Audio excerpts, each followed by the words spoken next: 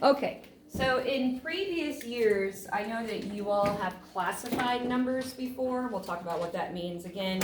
I'm sure you've probably classified things in science class, haven't you? Yeah. So you can classify numbers in the same manner, okay? Putting them into groups. So let's write that down. Classify numbers. So the first type of numbers that you learned about when you were a baby were called natural numbers.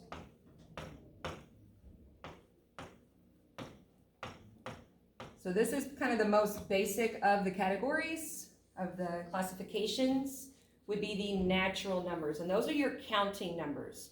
For instance, when you were a baby, you didn't learn to start counting with 0. You started counting with 1, 2, 3, on up, right?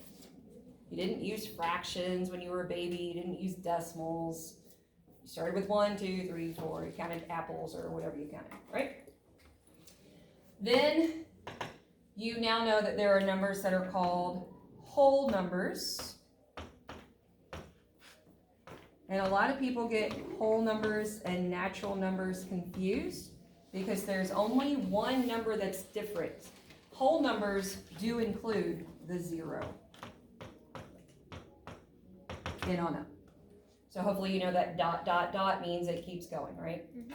We could write numbers up here forever, but we don't want to do that. All right, so I'd say like kindergarten, you probably started working with whole numbers. First grade, you started kind of talking about 0. And then you started looking at things that had number lines. And on a number line, you saw integers. Now, we haven't really practiced yet with adding, subtracting, multiplying, and dividing integers, but you have seen integers on a number line. You all know that a number line goes in both directions forever. So you can get really, really small or really, really big. So for instance, I'm going to put ... -3, -2, -1, 0, 1, 2, 3. So it goes in both directions. Now integers, no decimals, no fractions.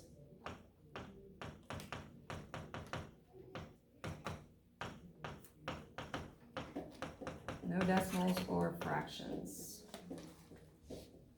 So if I wanted to say, classify the number 3, tell me what categories it could fall into. The number 3.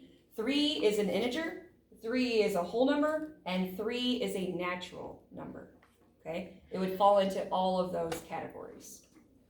All right, so you may be thinking, well, we're talking about rational and irrational today, and you're right, but I wanted to make sure we kind of reviewed these things that you probably already knew, because now we want to talk about, well, what happens if you do have a fraction? What category is it going to fall into? Okay, and that is where we get into our rational numbers.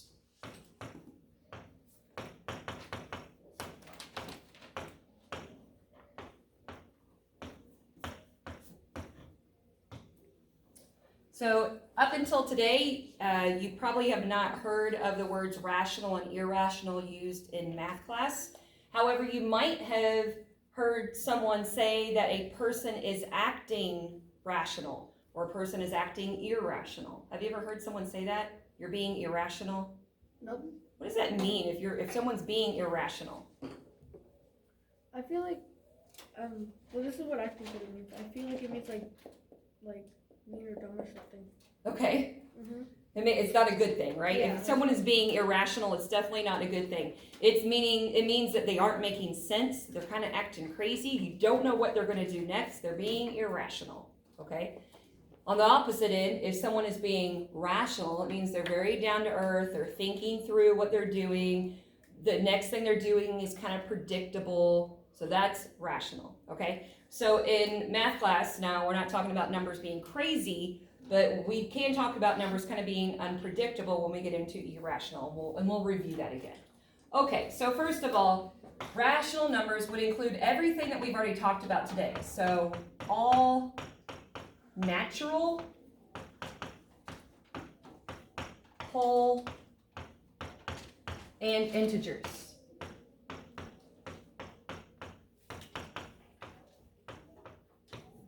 So everything that we've reviewed today, all the natural numbers, all the whole numbers, all of the integers would be rational.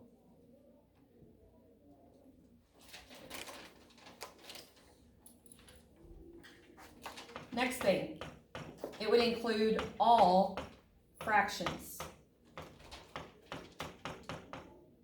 And I do mean all fractions. Any type of fraction that you can think of. So probably the most basic of the fractions would be 1/2.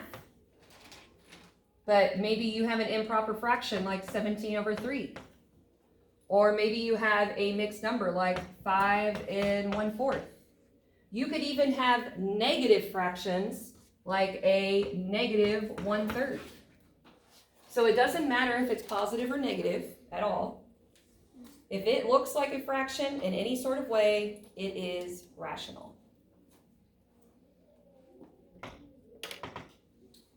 Okay. Next one would be something that I talked about over the e-learning break, which are perfect squares. And if you watched the notes about perfect squares, you made a list of 25 perfect squares. So for any of you that maybe didn't do that, some perfect squares, for instance, the square root of 25.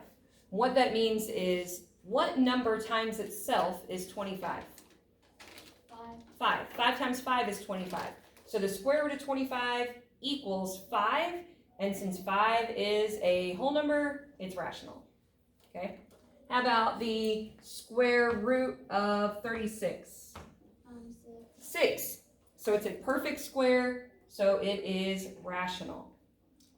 You could even put a negative sign out in front of this. Let's say I did a negative square root of 9.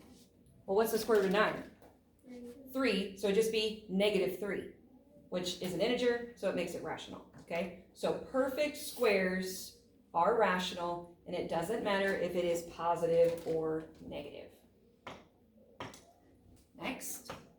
We have 2 more things to write, and it's about decimals. Unfortunately, we cannot say all decimals, okay? There are 2 specific types of decimals that are rational. The first type would be a terminating decimal.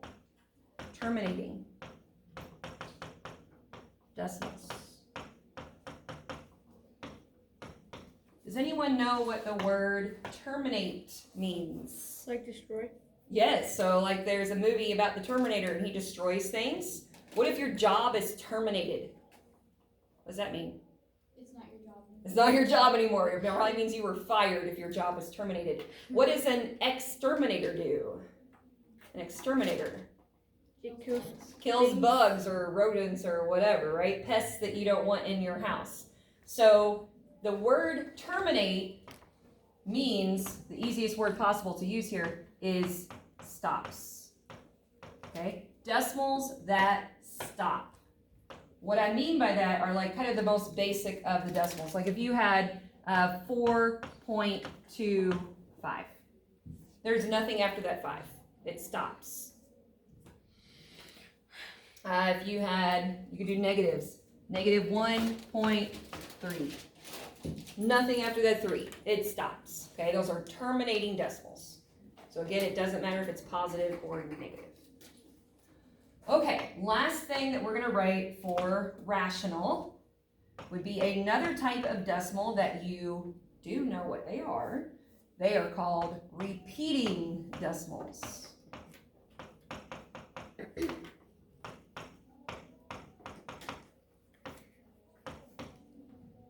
You know what repeating decimals are, right?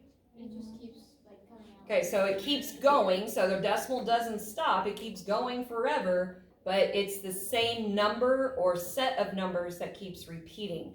So for instance, maybe you have 0.151515, and you see the ... So the ...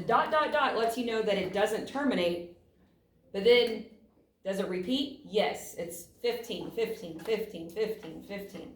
Now you can sometimes see it written with the ... but what is another way that you could write this same repeating decimal? What could you do? You just do 0.15. With what? Alignment Good. So we don't want to just leave it 0.15 because that makes it look like it's terminating. We would put a bar over that 15 because the 15 is what repeats. If it was just the 5, if it was 0.155555555, then we would just put the bar over the 5. Okay? Same thing as everything else up here. Repeating decimals can be negative as well. You could put a negative sign in front of it and it doesn't change a bit. Okay? It would still be rational. Okay, so in review, all natural, all whole, all integers are rational. All fractions are rational. Perfect squares are rational. Terminating decimals are rational. And repeating decimals are rational. So you may be thinking, what's even left? So let's talk about what's left. This is going to be a much, much shorter list. So this is the irrational numbers.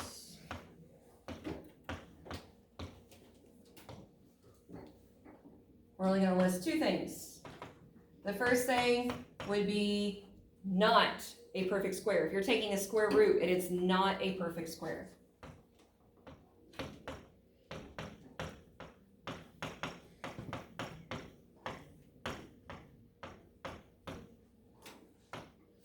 For instance, if you had the square root of 10, 10 looks like a nice, pretty number. Looks good, but you can't do 2 times 2. 2 times 2 is 4. 3 times 3 is 9. 4 times 4 is 16. 5 times 5 is 25. So you can't multiply a number times itself to get 10. So this would not be a perfect square, meaning it is irrational. Okay. Another one, like the square root of 24. Again, 5 times 5 is 25, but there's not a number we can multiply times itself to get 24. So it's not a perfect square. If you were to do this in a calculator and you put the square root of 10 in a calculator and hit enter, it would give you this decimal that didn't stop and didn't repeat. And that is the other thing that we're going to list up here about irrational. Decimals that do not terminate or repeat.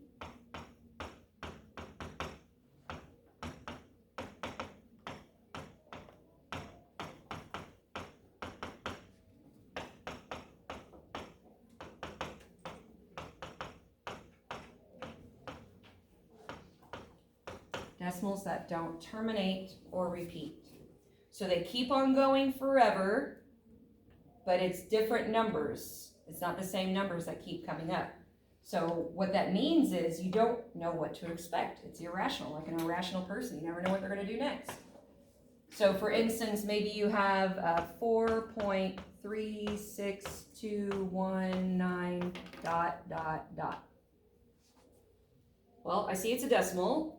I see that it keeps going, that it doesn't terminate, but I don't know what comes after that 9. So because I don't know what's coming next, it's irrational. Okay. Now there is a very infamous irrational number. Does anyone know possibly what that is? Pi. Very good. So you can sometimes see pi written as this symbol, like this. And depending on the font, sometimes it looks a little bit different, but it should be like that. You spell pi as P-I. It's not P-I-E like apple pie. It's just P-I. And you use the number pi when you're finding the area of a circle, circumference of a circle, volume of a cone, anything that involves a circle in geometry, you're using pi, okay? And it's 3.14159 ... Those are the only ones I have memorized. Some people have way more time on their hands and they memorize like literally hundreds of numbers of pi. I don't know why anyone would. I had a girl one year that had the password on her phone. She made it pi, and it was like 50 numbers that she would type in every time she would unlock her phone. I don't know why she did that, but she did. And no one could get in her phone, that's for sure. So anyway, irrational would be if it's not perfect, or if it is a decimal that does not terminate, does not stop, or it doesn't repeat. Okay? All right, let me stop these now.